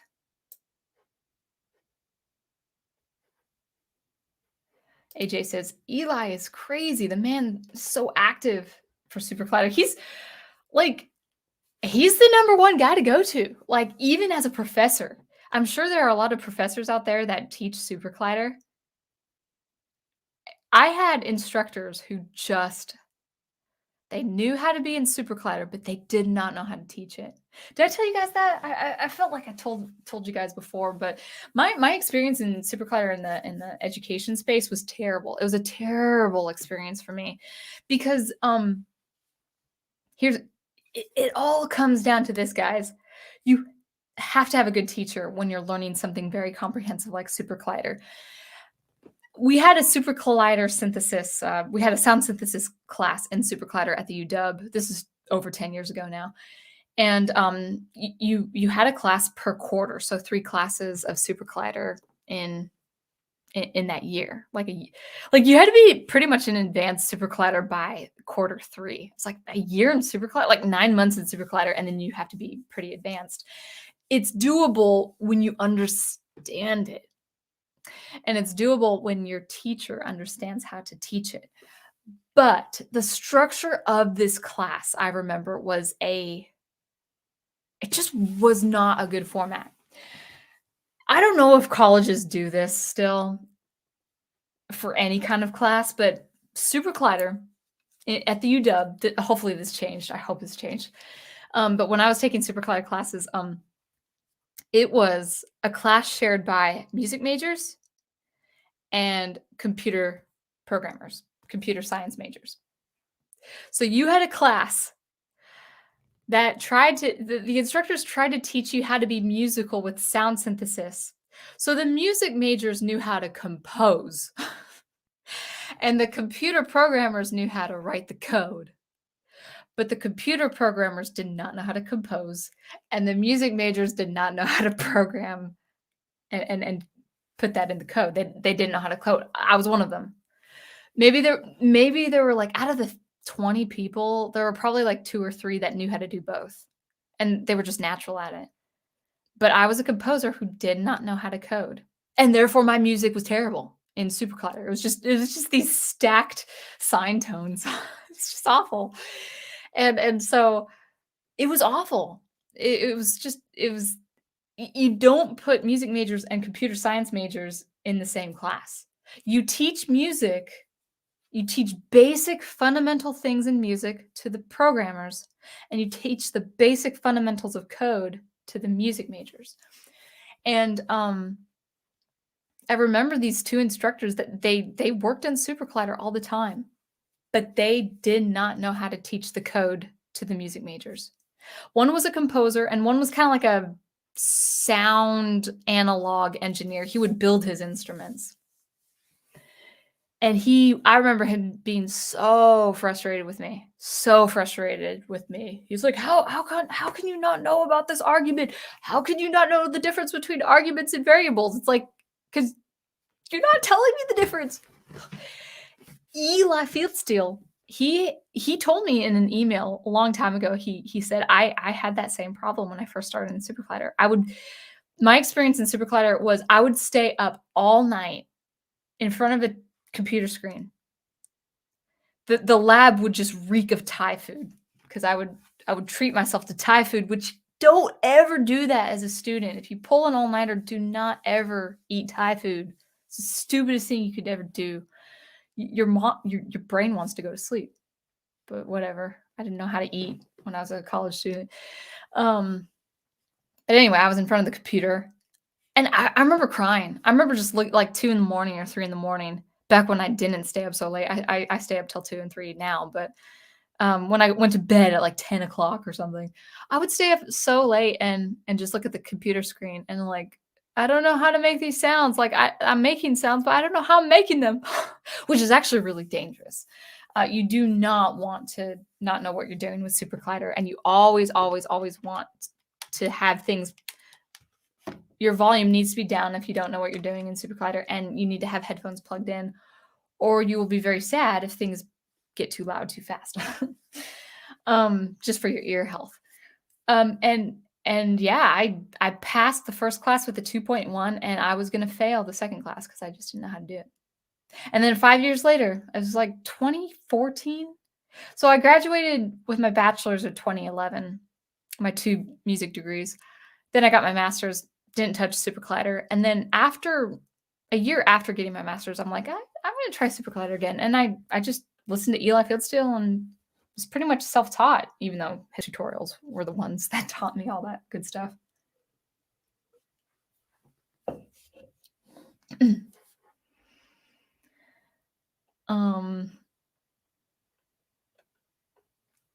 Let's see. Are you AJ? Oh, you're trying to be electronic music composer. Yeah, I guess I could probably do a separate video on how to start electronic music. It's I probably should. I probably should do that because my experience as an electronic music composer is very it's pretty divergent because I learned how to compose a little bit and work in the digital audio station a little bit from my master's, but it really didn't I really wasn't producing electronic music without a couple, maybe 3 years of constant practice before I was comfortable with what I was doing. It is hard. It's hard. Actually, AJ, do you have any classical training? Or not classical music in particular, but if you had any training with keyboard, like piano, guitar, and any kind of instrumental training or vocal training? I would say it's very hard to compose electronic music if you haven't composed music in general, and don't know the basic theory.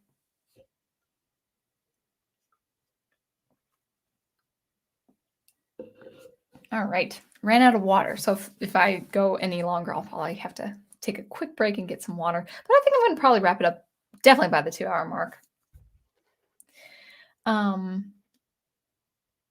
Okay, so Photos confirms, yes, they did have her as a guest. I joined 3 Q&As and learned something new every time. That's cool. That was cool.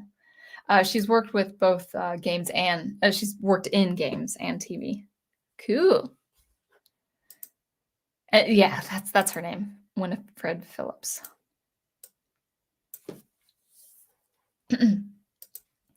AJ says, I am a programmer trying to make music. I thought SuperCollider would be a natural fit, but the language is so different to all the others I know. Really? Oh, interesting. There's a lot of cognitive dissonance. Okay, so can you jot down the languages that you work in? Is it JavaScript? Is it C++? Is it Python? I had the impression that SuperCollider is loosely based on C++? I'm not sure. Yeah, so that's you're coming it from the exact inverse of where I'm coming from, where I'm classically trained as a musician getting into the code. You're a programmer trying to get into music. That's interesting. Now, you probably have already heard about this, and I don't know if it's up to par as people may say. But if you've ever tried, have you ever tried Sonic Pi? Because I understand that that's a lot more fluid in terms of live performance and live coding. That's the other thing too. People do ask me if I ever wanted to live code. I get the appeal. I think it looks cool. I don't need to do it. I like the traditional playing my violin as a performance. I really use SuperCollider for indeterministic composition to record. So, hey, here are my parameters and let's see what happens. And then, oh, I like that sound. And then I'll record that sound and then, put it in Logic Pro or something. So that's kind of where I am right now in my composition process. Fotis says, FM synthesis needs some fresh air. Everybody seems to just get stuck in Yamaha DX7 synths. SuperCollider will be that breath of fresh air. I will say this. SuperCollider, people ask me, they ask me, why SuperCollider? Why can't you just work? One of the first things that people say is like, why bother with SuperCollider? Like, why can't you just get into Max MSP? I'm like, I have no problem trying to learn Max MSP, but it's kind of like when Pro Tools wasn't so controversial. People say, well, why don't you get into Pro Tools? Why don't you get into Ableton? And I tried to get into Ableton Live a few years back, but it's like when you're in Logic Pro all the time, it's like that's what you know, that's what you like, and I think it's the same with SuperCollider, where I'm sure there are easier bits of language for me to learn and explore. I had some experience with Pure Data. I if I ever had the inkling to get back into Pure Data, maybe I would, but I'm already on this trajectory with SuperCollider. It's like, well, I'm learning some very, very important things in SuperCollider that could really help me in my composing. And people say, well, why? I mean, it's don't get me wrong, it's a steep learning curve. It's a steep learning curve. That's what I meant to say. And I think I did say that already, but I said the word wrong, so I said it again. Yeah, SuperCollider is a very steep learning curve. I started learning about it more after my master's in the year 2015. So I've been at SuperCollider now for a good 5.5, 6 years with constant practice, and I'm still feeling like I'm scratching the surface. It's so comprehensive. But when you practice it, it's like practicing an instrument. You kind of have to see SuperCollider as practicing a new instrument. So if you want to learn violin, you have got to understand that there are parameters and mechanics you have to get down first before even playing a very good tone on the violin, before even getting to the point where you can play beautiful intermediate level music. Like, you have to give yourself 4 to 5 years of constant practice doing everything correctly before you can get that violin sound and before you can get to that literature you want. That's how comprehensive the violin is. It's the same with SuperCollider. You have to understand that, especially if you're not really sure about SuperCollider, and if you're not a programmer like me, this is definitely something to take in. Go into SuperCollider knowing this could take years. For me, as someone who's not a programmer, it took 4 to 5 years of constant practice and troubleshooting, lots and lots and lots of troubleshooting before I really could understand the basic flow of SuperCollider. And I still have to cover the basics. I still have to go back to the basics. I still have to go back to the basics of order of execution. I have to go back to the basics of understanding functions. I have to go back to the basics understanding architecture and the language side of SuperCollider versus the audio side of SuperCollider. The audio server, what's the difference between, events and streams and all that. All that stuff I have to revisit time and time again just to understand the basics of it. I don't mind that. I told myself, I made it that goal to say, hey, this is where it's at. This kind of machine, this kind of learning, this kind of software will take years to get the basic handling of it, to get to have basic comprehension of how it works. It's a very complex piece of software. Now, why do I continue? Some people will say, that's not me. I don't want to go into it knowing it could take 5 to 7 years or 5 to 10 years just to get a handle on it. Why do I go into it? Because I have realized that SuperCollider is so extremely flexible and so extremely powerful. One very strong feature in SuperCollider is the ability to create dynamic interpolated events that are so flexible and so fluid with high fidelity. Things sound better in SuperCollider. When you record things in SuperCollider, it just sounds better than even in a digital audio workstation. I can't explain it. I can't describe it, but I think it's because it's going through, I think, a 64-bit system. At the basic understanding I have it to be, it's going through something that causes high fidelity, and so I love the sound synthesis that goes with that.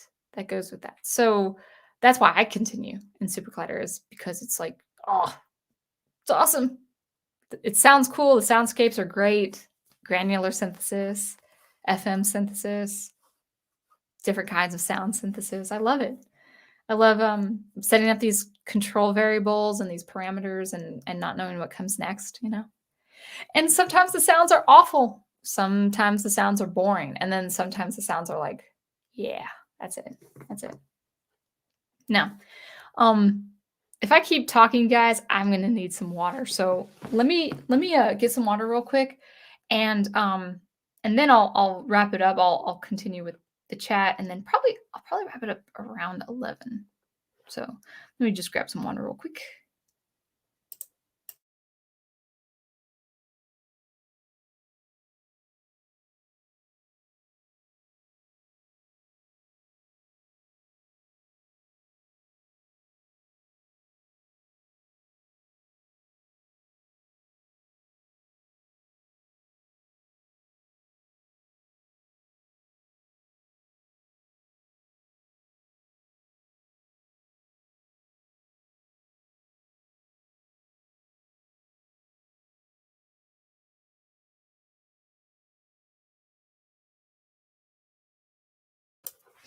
All right. So where were we?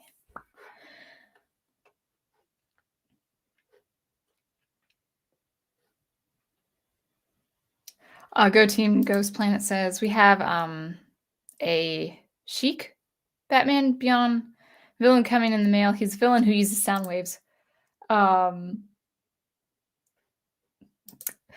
Okay, so onomatopoeia. Actually, I forgot how to pronounce that word, but isn't that when you're using words or visuals to enhance the meaning of the word, like bam, or that one test? Did you guys ever hear that test, Kiki Booba? So like there's like a cloud kind of shape and then a star like flashy shape. Which one sounds like Kiki and which one sounds like Booba? I say Booba because the guy who told me this, he was Turkish. He was a Turkish friend of mine, so I'm hearing his accent in my head. Well, obviously the flashy starry one sounds like Kiki, and then the cloudy one sounds like Booba. And it's pretty cool. So I think that's what you mean by that word. I used to know how to pronounce that word, but I don't know how to pronounce it now. Onomatopoeia. Poea. Poea. Yeah, I don't know.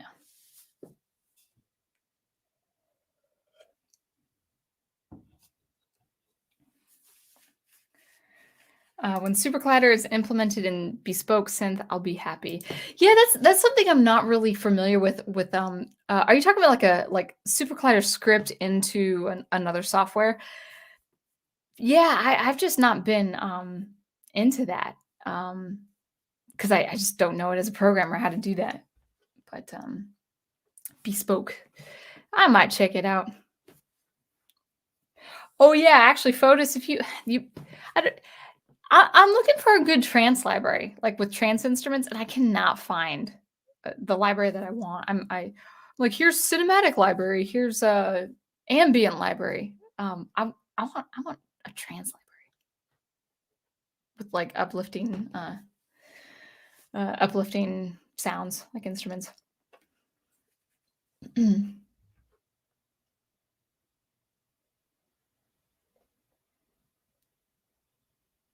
Okay. That's a lot. That's a lot to read, POTUS, but I will come back to that reference. Um, but thank you. Yeah. Um, yeah. Oh, you guys are talking to you guys. You and AJ are talking. Okay. Okay. So C++, Python, and Java. I thought C++ was kind of the same. Is it the UGens inside functions? That could be it. But JavaScript kind of looked like. Actually, here's the thing. The reason why I went back into SuperCollider was because I was taking an 8-week course that was completely free from Stanford at the time. And it was JavaScript. I'm like, I'm gonna write a protagonist in my science fiction. Maybe I should learn a little bit about how programming works. So I just took this 8-week course on JavaScript. I don't know anything about JavaScript anymore.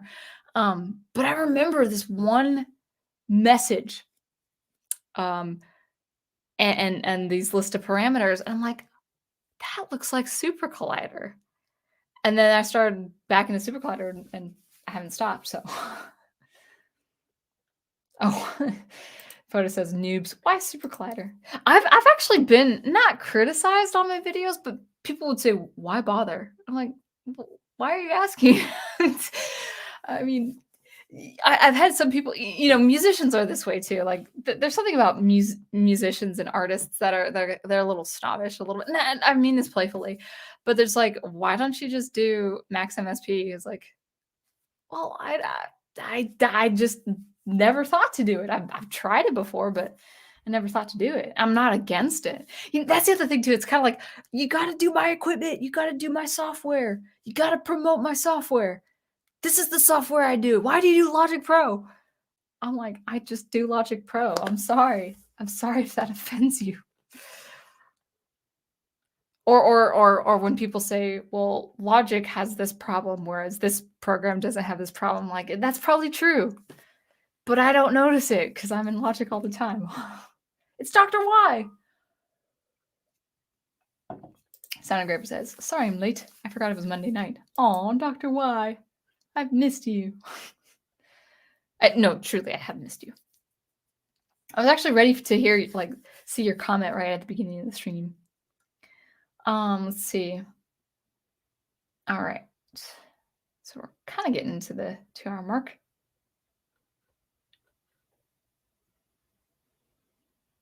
Okay, so SC-Lang, so the language side of SuperCollider, is a mashup of Haskell, C, and a number of different special purpose sub-languages that make it difficult to understand. Okay, use the true philosophy behind it. Interesting. I wonder why. I wonder why that's so. Because like when SuperCollider started, it's an open source that's just comprised of, like a main team of people, probably even just like a handful of people. And yeah, that's interesting. Yeah, interested in live coding. Foxdot, I've heard also, this doesn't have to do with SuperCollider, but Sonic Pi as well.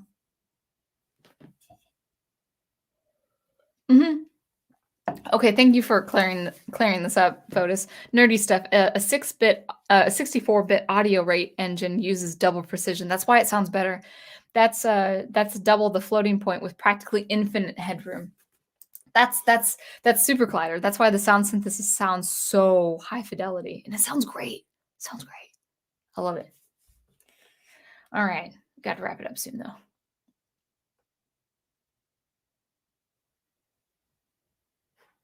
Oh, okay, so AJ's saying it doesn't do sound synthesis, right? It's more live code mod player. Okay. Thank you guys. 32-bit floating point audio has infinite headroom too, but 64-bit can be used for crazy audio calculations. Yeah, like interpolation. from nonlinear, linear, cubic, and something called quadratic interpolation, which I have not touched. I'm too scared. I don't think I've done cubic interpolation either. I'll have to think of it. I don't think I've used anything that required cubic.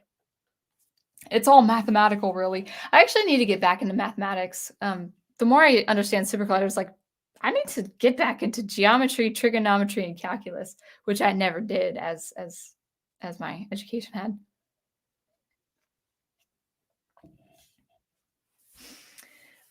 Yeah. So you understand what I'm talking about? Kiki and Booba. Oh yeah. The sad thing about Greek words. Oh yeah. Okay. Let me see. I think you had pronunciation. They say, okay. So most people say onomatopoeia. Onomatopoeia. Onomatopoeia. Yeah, man. I can't do it. Now, the thing is I can't really pronounce words when they're actually spelled out, but when people say it and it's correct, I'm like a parrot. I pick it right up. But anyway. So you were saying the sad thing about Greek words, like onomatopoeia is that they can never be pronounced correctly by English-speaking people due to the limitations of the language. Yeah. All right. So it's getting close to the mark. Okay. Actually, photos, yes, please do. I really would like to see if I have the capacity to incorporate these as my samples because I would love to get into uplifting trance. I just like it. No, it's there's some compositional elements in trance that I hear that I don't care for. Maybe you like it, but like when I hear like that like kick snare like ramp up and stuff like that, I think it's corny every time. But there's a lot of stuff I do like a lot. So yeah, I'd appreciate that. I'm not really into libraries, but when I am trying to find something, it'd be nice to have that.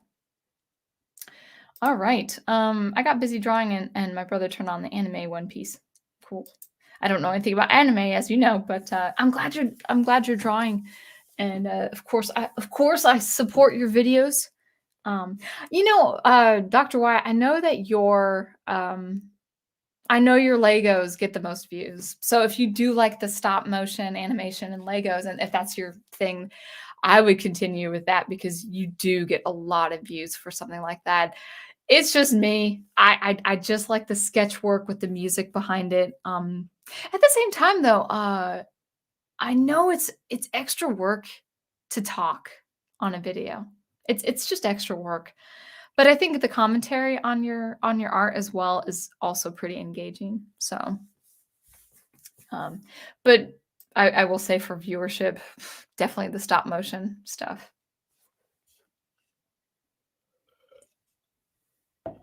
Dr. White, yeah, we did kind of get into a sound synthesis little sidebar there. I have no idea what y'all talking about, but as long as y'all understand it, yeah. Thank you, Fotis. I do appreciate that. Oh, it's Craig Wagner. Welcome, Craig.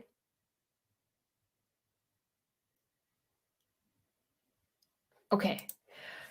Yeah, let's see if I can get this right. As an English major, I've always heard it. I've always heard it's pronounced in the U.S. as onomatopoeia. Onomatopoeia. I know what it means. I just don't know how to pronounce it. All right. So let's see. Let's talk about what's heading on the dock for my channel this week. And then we'll wrap it up here. But yeah, I do appreciate the engaging conversation. So this week, probably Thursday. It probably will be Thursday because I'll be traveling Friday. I will post a SuperCollider video, another installment of frequency modulation. Pretty excited about this one. It's still simple sine tones, but the trajectory and motion of what I'm after is what's important, and you're going to get that for the second installation. So be on the lookout for another SuperCollider video this Thursday. And I'll be traveling. I will have I do have a performance gig out of town gig this weekend. So it's going to be up in the air for what the streaming is going to be next week. My goal, if not next week, definitely before Christmas, definitely the following week. But my goal next week for you guys is to actually show you some samples of an original Batman theme that I'd like to compose. Because I just kind of want to give you feedback and just talk about what would go into a really good Batman theme and who the character is and all of that. So that might happen next week. I have the harmony down. I have the harmony down for what I want for the Batman theme, but I need to actually write out the melody. So that might be this coming week or this coming Monday or the following Monday. So if it's not this Monday, I don't know what I'm going to talk about next Monday. So maybe well, the theme of Advent for this next Sunday is joy. So maybe we'll talk about, the joy of preserving art and doing the art you love and something that has to, do with joy and rejoicing and enjoyment. So that might be an idea too. So anyway, that's a wrap there. Looks like Fan Man's going to stream next tomorrow, which is great. That'll be fun to listen to his second cup cafes. I hope he continues those. Just those. I just want those videos to continue. What else? I would say just for now, Professor Geek's book studies are kind of in limbo right now, just because he has just a lot of adjustment and scheduling, adjusting with his new teaching position. So if you guys aren't in the know, the professor actually has taken on another job of an online teaching position as adjunct professor or part-time professor for this online hybrid accredited university out of state. So he's working remotely, which is great, but it's pretty much double the work that he's been used to on top of his teaching at JMU. So so his channel, both his channels have been, as far as content is concerned and book studies are concerned, have just been in limbo for this holiday season. So just kind of just be mindful of that. Of course, we've got Al with his movie reviews, Big Al with his movie reviews, and also his rewatches. And actually, Al posted a poll on Twitter on which Christmas Carol he's going to do. So I'm not sure which one will have the results. But always be on the lookout for his rewatches and also his Big Al Presents movie reviews as well. Let's see. Photo says, I just want to bring this up. Let's see. My YouTube recommendations showed me a girl's vlog about why she stopped learning to code. YouTube's algorithm is pessimistic today. Well, I frequently have to do not interested, don't recommend channel, not interested. It's just part of it, I love how YouTube's like, hey, you might want to be interested in this. I'm like, I'm not interested in that. So anyway, yeah, we're still saying Merry Christmas, of course. I'm wearing the red with the green tank top there. But we still have a few more weeks before Christmas, or a couple more weeks before Christmas. But yeah, I do have a Christmas gig actually this weekend, so that'll be fun. That'll be quite nice. I'm gonna see. That'll be actually in North Carolina. I'll be going back to North Carolina for a couple days, which will be nice. Hopefully, see some friends that I do miss. Although I just love where I am now. So anyway, I think that's everything. Yeah. So one second, guys. So for the rest of the month, just continue watching out for some SuperCollider videos. I'm probably going to just restrict my weekly videos to live streams on Mondays and then sound experimentation videos Thursdays or Fridays. So anyway, thank you guys so much for watching and listening. Always be on the lookout for some more sound experimentation every Thursday or Friday, and also some live commentary every Monday nights. And until I see you next, keep producing and preserving the art you love, and I will catch you later. Thanks again.